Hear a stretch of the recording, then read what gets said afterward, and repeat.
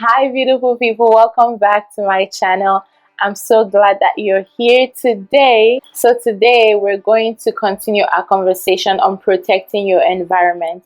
And in this part of the conversation, I'm going to talk about my experience. But before we do, you know what to do.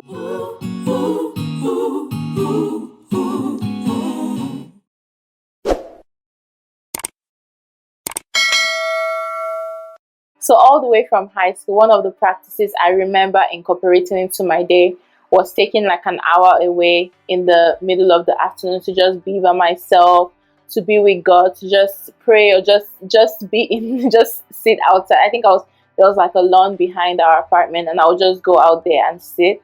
And just taking that time out gave me a pause, gave me a break on all the craziness that was going on around me. So it helped me pull away from all the noise and stuff. So that really helped me.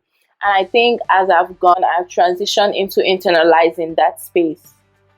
And that's the purpose of this video, to create a space mentally, emotionally for yourself that keeps you away from other people's drama. So one of the things I've always said is, oh my gosh, I've had enough drama to last me a lifetime. And just standing by that decision. So when people are trying to drag you into their drama, drag into their disagreement with somebody else, want you to like maybe be the mediator or just be sucked into other people's drama, I made the practice of saying, yeah, no, of making that boundary and saying, no, I don't want to be dragged into that drama. Another thing is clearly communicating what I want to talk about, what I don't want to talk about. Like, it's kind of like you get to decide what your heart gets involved in, what you spend your energy on, what you spend your mental faculty on. You're the umpire of that in your life.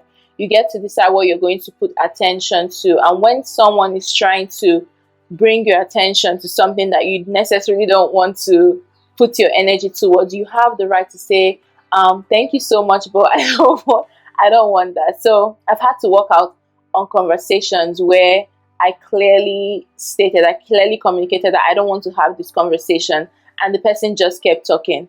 In situations like that, I don't see myself as like necessarily being rude.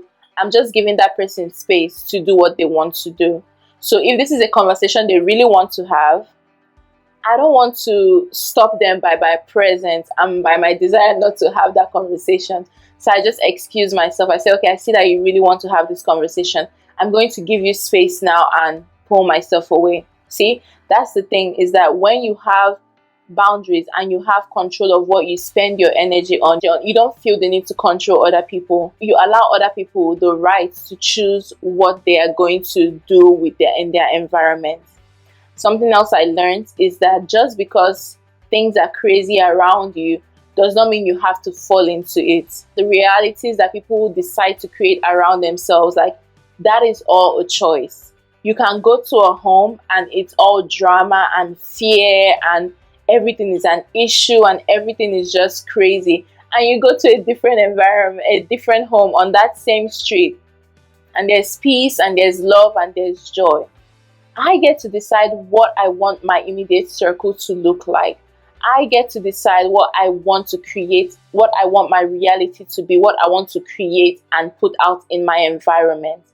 And that means that I also get to decide if I'm in an environment that is opposite of that, to pull myself away from that environment after communicating, and if communication isn't changing anything, pull yourself away from that environment and create your own reality. That's what I found has been the most powerful tool in protecting my environment, is realizing that I don't necessarily have to merge with somebody else. Connection is not mandatory. Like, you don't have to be deeply connected to someone. Like, it's not it's not by force.